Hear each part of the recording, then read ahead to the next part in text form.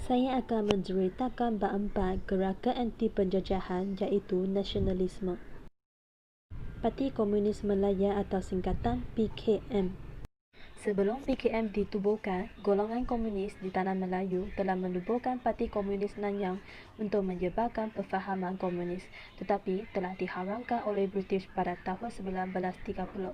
Oleh itu, PKM diwujudkan untuk ganti Parti Komunis Nanyang. Tujuan penubuhan PKM adalah untuk menubuhkan sebuah negara Republik Komunis Malaya di Tanah Melayu. PKM merupakan sebuah pertubuhan yang diasaskan di Tanah Melayu pada tahun 1930. Pertubuhan ini menentang penjajahan British yang ketika itu sedang memerintah Tanah Melayu. Jepun menaklukki Tanah Melayu pada 8 Disember 1941. Jepun boleh berjaya menaklukki Tanah Melayu kerana telah mendapat sokongan daripada anak-anak negeri yang terperangkap dengan janji-janji kemerdekaan yang telah dijanji oleh Jepun. Mereka boleh terperangkap dengan janji-janji Jepun kerana propaganda Jepun Asia untuk orang Asia dan semangat Asia telah menyebabkan mereka merasa Jepun akan memberikan kemerdekaan kepada mereka. MPAJA atau juga dikenali sebagai Komunis Bintang 3. MPAJA merupakan salah satu cawangan PKM ditubuhkan pada 20 April 1930. MPAJA bekerjasama dengan British untuk menentang Jepun. British memberi bantuan senjata, latihan, kewangan, bekalan logistik dan perubatan kepada MPAJA. Dengan adanya bantuan British dalam tempoh 3 tahun, kekuatan tentera MPAJA dianggarkan sebanyak 7,000 anggota.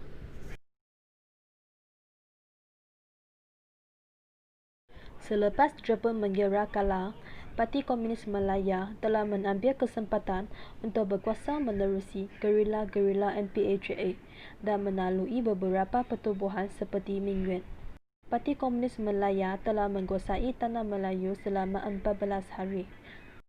Dalam 14 hari, beberapa siri keganasan dan rusuhan serta pergaduhan antara kaum telah berlaku di Tanah Melayu.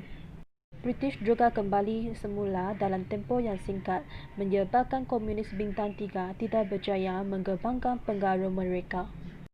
Komunis Bintang 3 gagal merampas Tanah Melayu telah bersetuju pembubaran tentera MPAJA dan pelentakan senjata api.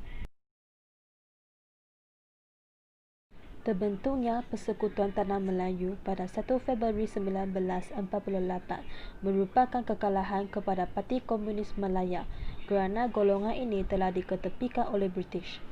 Parti Komunis Malaya telah menukar strategi dan mula mencetuskan kegagasan melalui mogok dan rusuhan. Dengan ini, pihak British bertindak balas dengan mengharamkan pemimpin politik daripada mengetuai Kesatuan Pekerja. Dengan itu, telah melemahkan kedudukan Komunis Bintang 3. Insiden pada 16 Jun 1948 iaitu pembunuhan 3 orang pengurus Ester berbangsa Eropah di Sungai Siput, Perak telah membawa kepada peristiharaan darurat oleh Sir Edward Gent. Keadaan semakin bertambah teruk. Pada 12 Julai 1948, darurat diisytiharkan ke seluruh negara. Dan Parti Komunis Malaya telah diharamkan pada 23 Julai 1948. Darurat 1948 telah mendatangkan pelbagai kesan. Kesan darurat dari segi politik. Kerajaan British telah membuat keputusan untuk mempercepatkan pemberian kemerdekaan kepada Tanah Melayu kerana kerajaan mendapati rakyat Tanah Melayu semakin menunjukkan rasa tidak puas hati terhadap pentadbiran British. Peristiharaan darurat menyebabkan aktiviti politik di Tanah Melayu tergendala, terutamanya dari parti politik berhaluan kiri. Parti-parti politik berhaluan kiri yang dilihat bersimpati dengan PKM telah diharamkan oleh kerajaan. Darurat juga telah menyebabkan Persekutuan Tanah Melayu terpaksa menandatangani satu perjanjian pertahanan dengan kerajaan British selepas merdeka. Perjanjian pertahanan ini perlu kerana persekutuan Tanah Melayu tidak mempunyai kekuatan tentera yang cukup untuk menentang komunis. Perjanjian pertahanan ini telah menyebabkan wujudnya kecaman dan kritikan bahawa persekutuan Tanah Melayu tidak merdeka sepenuhnya kerana masih bergantung kepada kerajaan British walaupun telah merdeka. Kesan darurat dari segi ekonomi. Kerajaan terpaksa membelanjakan wang yang banyak untuk membentuk komunis. Sepanjang tempoh peristiharaan darurat, kerajaan telah membelanjakan wang yang besar untuk pertahanan dan memperlengkapkan pasukan keselamatan. Pengganas komunis telah bertindak merosakkan landasan kereta api, jalan raya, Lombok Bija Timur, menyerang kenderaan awam dan menetap beribu-ribu batang pokok getah. Sabotas yang dilakukan oleh komunis ini bertujuan untuk melumpuhkan ekonomi Tanah Melayu. Usaha-usaha membateras darurat yang dijalankan oleh kerajaan British telah meninggalkan kesan yang teruk terhadap ekonomi Tanah Melayu. Rakyat hidup tertekan kerana tidak dapat menjalankan kegiatan ekonomi yang disebabkan undang-undang darurat. Kesan darurat dari segi sosial. Kempen memerangi komunis dijalankan selama 12 tahun yang menyaksikan rakyat hidup menderita keganasan komunis. Pelaksanaan undang-undang darurat seperti perintah berkurung amat menyusahkan hidup rakyat kerana tidak dapat menjalankan pekerjaan dan aktiviti harian mereka. Melalui undang-undang darurat, kerajaan boleh menahan sesiapa sahaja yang dianggap mengancam keselamatan negara atau disaki bersahabat dengan komunis tanpa perlu dibicara di mahkamah.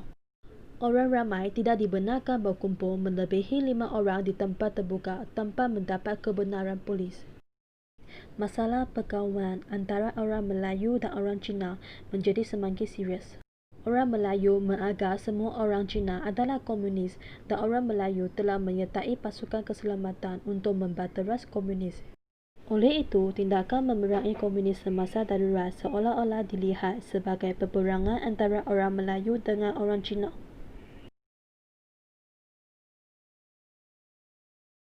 Peristiharaan darurat menyebabkan aktiviti komunis sukar dijalankan. Dengan ini, pemimpin Parti Komunis Malaya, Jinping, telah meminta perundingan diadakan pada tahun 1955. Rundingan baling telah diadakan pada 28 Disember 1955 hingga 29 Disember 1955, tidak membawa apa-apa keputusan drastik. Ini disebabkan kerajaan menawarkan pengampunan dengan syarat Parti Komunis Malaya dibubarkan, tetapi Jinping pula meminta Parti Komunis Malaya dibenarkan untuk bergerak sebagai sebuah parti politik. Pihak kerajaan yang telah pun mencapai kemajuan dalam membasmikan Parti Komunis Malaya dan menimbulkan kekejaman Parti Komunis Malaya terhadap rakyat sebelumnya. Oleh itu, menolak usul membenarkan Parti Komunis Malaya dibenarkan bergerak sebagai sebuah parti politik.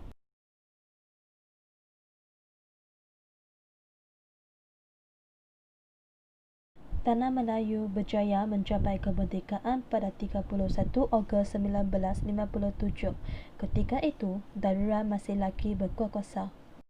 Darurat itu sehingga 31 Julai 1960 telah diumumkan ditamatkan setelah mereka mendapati ancaman komunis semakin berkurangan. Dan pada masa itu, Parti Komunis Malaya telah menuduhkan kesempatan Tanah Melayu dan Thailand. Penempatan baru komunis di Sempedan telah membolehkan mereka mengumpul dan memulihkan kekuatannya. Pemberontakan bersenjata yang dilakukan oleh komunis masih dijalankan. Pada 2 Disember 1989, perjanjian damai iaitu Perjanjian Hadai telah ditandatangani di antara Parti Komunis Malaya dengan Kerajaan Malaysia dan Kerajaan Thailand. Perjanjian bersejarah ini telah menamakan perjuangan bersenjata Parti Komunis Malaya selama 41 tahun dan mengembalikan taat setianya kepada Yang di-Pertuan Agong dan patuh kepada perlembagaan dan undang-undang negara.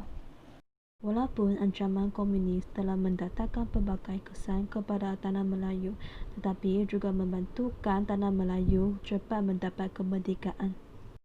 Sekian, terima kasih.